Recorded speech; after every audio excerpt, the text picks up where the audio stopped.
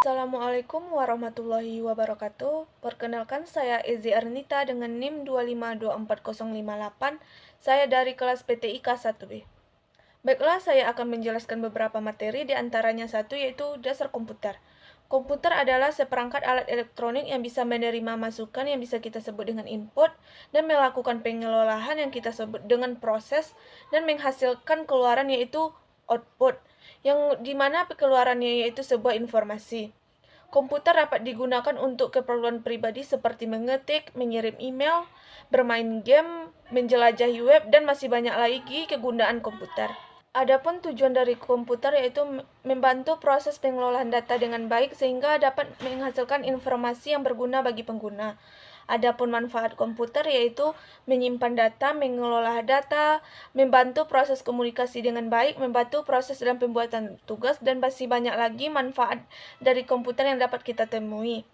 Adapun komponen-komponen komputer yaitu satu hardware. Hardware adalah suatu komponen komputer yang memiliki sifat yang dapat diraba dan dilihat secara langsung atau bersifat nyata, yang dapat digunakan untuk membantu proses komputer.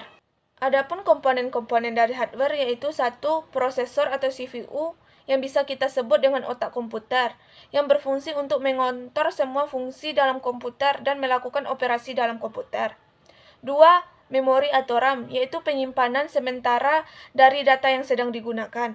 3. Penyimpanan atau SSD yang bisa kita sebut dengan tempat penyimpanan permanen suatu data yang sedang digunakan. 4. Yaitu perangkat input, yaitu alat untuk memasukkan data seperti keyboard, monitor. 5. Yaitu perangkat output, alat untuk menghasilkan seperti monitor dan printer. Adapun komponen-komponen komputer yang kedua yaitu software. Software adalah program atau aplikasi yang berisi instruksi yang bertujuan untuk mengerjai tugas-tugasnya. Software terdiri dari beberapa, yaitu satu, sistem operasi. Contohnya Windows dan Linux yang bertugas untuk mengontrol interaksi antara perangkat keras dan perangkat lunak. 2. Aplikasi. Aplikasi adalah program yang dibuat untuk keperluan pribadi, contohnya Microsoft Word dan lain-lain. 3. Data dan informasi. Data adalah suatu fakta atau suatu elemen yang belum diolah, sedangkan informasi adalah hasil dari data yang telah diolah yang memiliki makna atau berguna bagi pengguna. 4. Proses kerja dari komputer. Komputer memiliki beberapa proses kerja, di antaranya yaitu 1. Proses input. Proses input adalah data yang dimasukkan ke dalam komputer oleh perangkat input. 2. Processing. Processing adalah pengelolaan data oleh CPU sesuai dengan instruksi dari software. 3. Proses output. Proses output adalah hasil dari data yang telah diolah dan akan ditayangkan oleh perangkat output. 5. Jaringan komputer. Jaringan komputer adalah sistem yang menghubungkan beberapa komputer untuk semua data yang sumbernya dari internet. 6. Jenis-jenis komputer. Komputer memiliki beberapa jenis sesuai dengan ukurannya, yaitu 1. Komputer pribadi.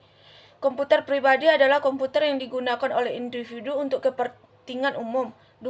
Laptop. Laptop adalah komputer yang bisa dibawa kemana saja. 3. Server. Server adalah komputer yang melayani komputer lain di dalam jaringan. Adapun materi kedua yang akan saya jelaskan yaitu hardware. Hardware atau bisa kita sebut dengan perangkat keras adalah salah satu komponen komputer yang memiliki sifat dapat dilihat dan dapat diraba secara langsung atau berbentuk nyata. Hardware ini memiliki tugas yaitu mendukung proses dari komputer. Adapun beberapa komponen dari komputer yaitu salah satunya yaitu sistem. Sistem adalah komponen-komponen yang saling bekerja sama untuk membentuk satu kesatuan yang utuh. Apabila salah satu dari komponen sistem ini tidak bekerja, maka komponen sistem yang lain tidak dapat bekerja dengan baik. Adapun fungsi dari komputer yaitu memudahkan bagi pengguna komputer dalam bekerja, atau dengan adanya hardware yang lengkap, maka sistem komputer dapat bekerja dengan baik. Berdasarkan fungsinya menurut Dudimesky, perangkat keras memiliki beberapa fungsi, di antaranya yaitu 1. Input. Input adalah proses memasukkan data ke dalam CPU. 2. CPU. CPU adalah pusat segala proses data yang akan dimasukkan ke dalam komputer. 3. Memori. Memori adalah perangkat mendukung proses CPU yang dimana tugasnya ialah menampung segala data yang telah diproses oleh CPU. 4. Output. Output adalah perangkat yang dijadikan sarana untuk menampilkan hasil yang telah diproses yang terdiri dari printer, monitor, speaker, dan lain-lain. 5. Penghubung.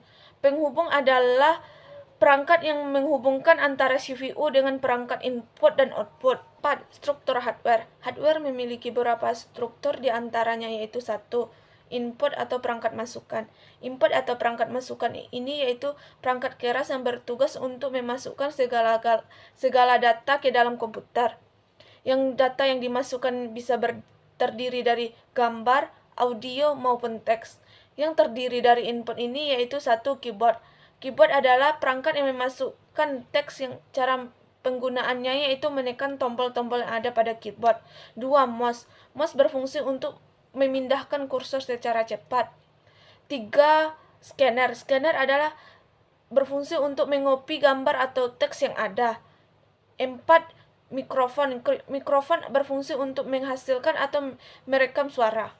2. Output atau perangkat keluaran. Output atau perangkat keluaran ini adalah perangkat yang berfungsi untuk menampung atau menghasilkan data-data lalu akan dikeluarkan oleh perangkat lain. Data yang dikeluarkan bisa berupa gambar, audio, video, teks, maupun teks. Yang terdiri dari perangkat keluaran ini yaitu 1. Monitor. Monitor adalah salah satu jenis software yang menghasilkan keluaran berupa gambar di layar komputer. 2. Printer. Printer ini adalah sebuah perangkat keras yang dihubungkan pada komputer untuk menghasilkan cetakan berupa gambar maupun teks dari sebuah komputer, yang dimana medianya adalah kertas atau sejenisnya. 3. Speaker. Speaker adalah alat elektronik yang dapat menghasilkan atau mengeluarkan suara. 4. Kartu grafis. Kartu grafis ini adalah kartu ekspansi yang berfungsi untuk menciptakan tampilan-tampilan di layar komputer berisi berupa gambar maupun video. 3. Unit penyimpanan.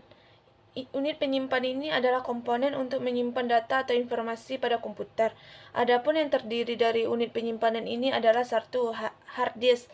Hard disk adalah hardware yang berfungsi sebagai unit penyimpanan data atau informasi pada komputer dengan memiliki kapasitas yang besar. 2. Flash disk.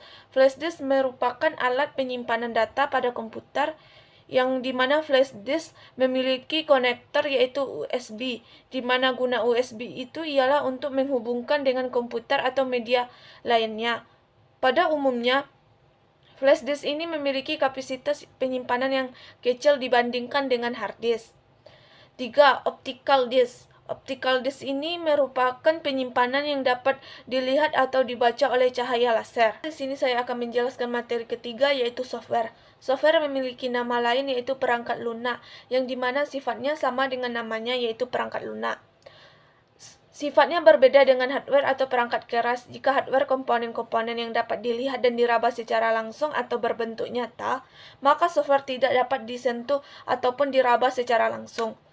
Software atau perangkat lunak ini adalah sekumpulan data elektronik yang disimpan oleh komputer dan dapat berupa program atau instruksi yang akan menjalankan suatu perintah atau tugas-tugasnya.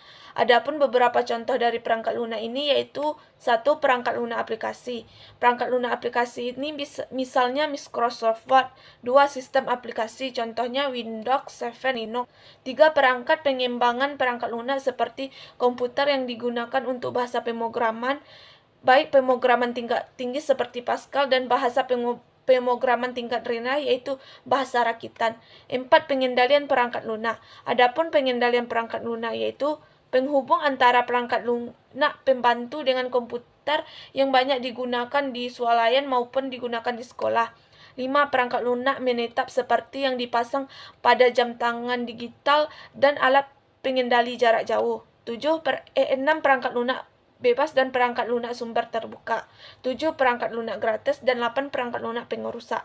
Jenis-jenis perangkat lunak. 1. OS atau operasi sistem. Operasi sistem ini adalah salah satu komponen vital dalam sistem komputer, yang dimana sistem operasi ini bertugas untuk mengelola pemakaian perangkat keras komputer seperti prosesor, memori, media penyimpanan, dan lain-lain. Operasi sistem ini adalah software yang pertama kali harus diinstal pada komputer, dan fungsinya dari operasi sistem ini yaitu mengelola software dan hardware yang ada pada komputer. 2. Aplikasi atau program. Software ini dibuat untuk mempermudah pekerjaan manusia saat menggunakan komputer. Aplikasi ini dapat dibagi menjadi beberapa berdasarkan fungsinya, yaitu 1. Pengelolaan kata, 2. Pengelolaan angka, 3. Pengelolaan presentasi, 4. Pengelolaan gambar, 5. Program akuntansi, 6. Komunikasi, 7. Multimedia, 8. Game, 9. Antivirus. 3. Bahasa pemrograman. Software ini dapat digunakan untuk membuat aplikasi dan dapat juga digunakan untuk membuat kode, sehingga kita dapat mengembangkan saat kita belajar pemrograman. Adapun fungsi dari software yaitu 1. Memproses data. Software membantu memproses data sesuai dengan instruksi yang diberikan. Contohnya, software pengolahan kata seperti Microsoft Word memproses teks, sedangkan seperti Microsoft Excel memproses angka dan data statistik. 2. Membantu pengguna berinteraksi dengan perangkat seperti sistem operasi, contohnya Windows, Linux, Android. Memungkinkan pengguna berinteraksi dengan perangkat keras komputer atau ponsel, dan dapat mengelola file, menjalankan aplikasi, dan mengakses berbagai fungsi perangkat. 3. Menjalankan aplikasi. Software aplikasi seperti aplikasi perkantoran, aplikasi multimedia, dan aplikasi desain grafis memberikan fungsi spesifik untuk keperluan tertentu seperti menulis dokumen, mengedit foto, dan mendesain gambar. 4. Mengelola sumber daya perangkat. Sistem operasi dan berbagai jenis software lain membantu mengolah penggunaan sumber daya perangkat seperti memori, prosesor, dan penyimpanan sehingga perangkat bisa berjalan dengan optimal sebaik mungkin. 5. Memfasilitasi komunikasi. Beberapa software memungkinkan komunikasi antara pengguna atau perangkat seperti software email. 6. Meningkatkan efisiensi kerja. Software ini membantu untuk mengotomatisasi banyak tugas manual, misalnya dengan aplikasi keuangan yang membantu menghitung dan mencatat transaksi, atau software manajemen proyek yang memudahkan pelacakan dan pengorganisasian tugas. Software atau perangkat lunak memiliki banyak manfaat penting dalam berbagai aspek kehidupan, yaitu 1. Meningkatkan produktivitas. Adapun materi terakhir yaitu arsitektur komputer. Arsitektur komputer ini adalah organisasi komputer yang berkaitan dengan fungsi arsitektur komputer dan sangat berkaitan dengan unit-unit operasional dan interkoneksi yang merealisasikan arsitektur komputer. Ada juga arsitektur internal komputer, yaitu fungsi dasar yang dibentuk komputer untuk melakukan eksekusi program, sedangkan program yang akan dieksekusi berisi sejumlah instruksi yang tersimpan dalam memori. Adapun beberapa komponen dari arsitektur komputer yaitu 1. CPU, atau bisa kita sebut dengan otak komputer yang bertugas untuk mendukung proses komputer dan melakukan operasi perhitungan. 2. Memori atau RAM.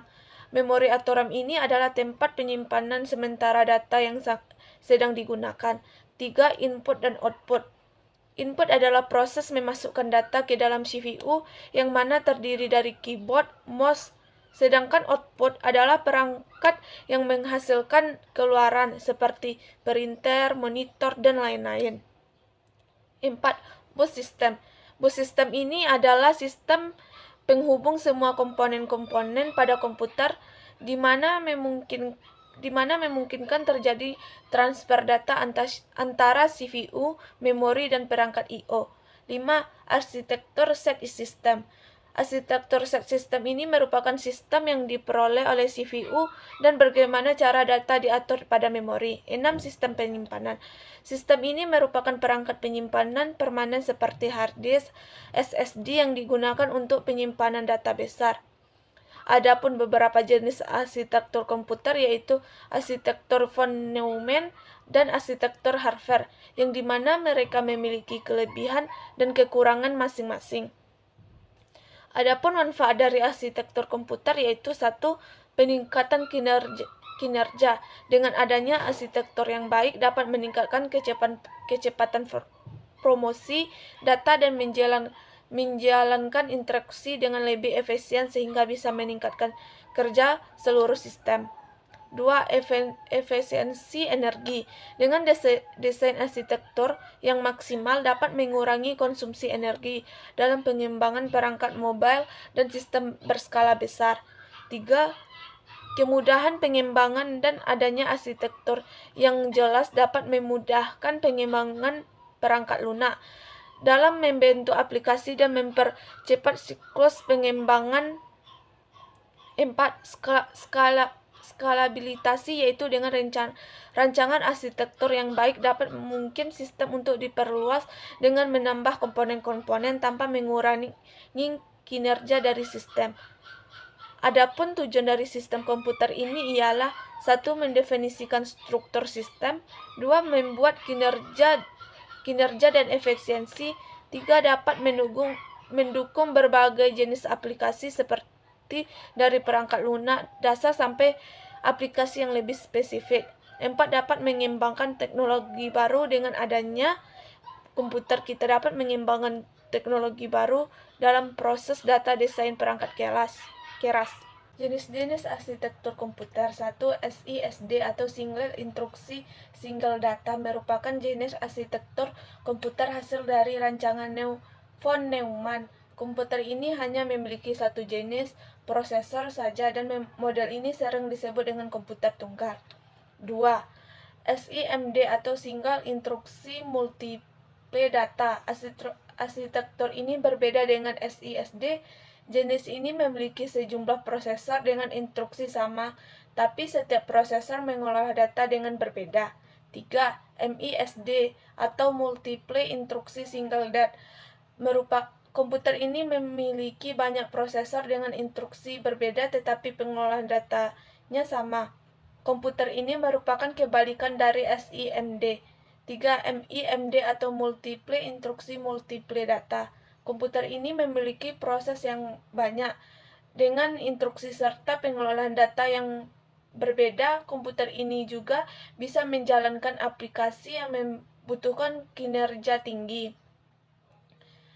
Adapun fungsi dari arsitektur komputer ialah 1. Perancang awal komputer merupakan komputer yang disusun dan dirancang sebaik mungkin agar kinerjanya maksimal. Perancangan ini juga bertujuan untuk hal apa yang kurang atau perlu diperbaiki pada komputer. 2. Mengontrol komponen komputer merupakan mengontrol komponen komputer bertujuan agar kinerja kerja komputer bisa berjalan dengan baik atau maksimal. Fungsi dari kontrol komputer ini yaitu bisa membantu pengguna untuk bisa menjalani banyak pekerjaan atau aplikasi dalam komputer. 3. Membantu menentukan aplikasi atau program yang akan digunakan pada komputer.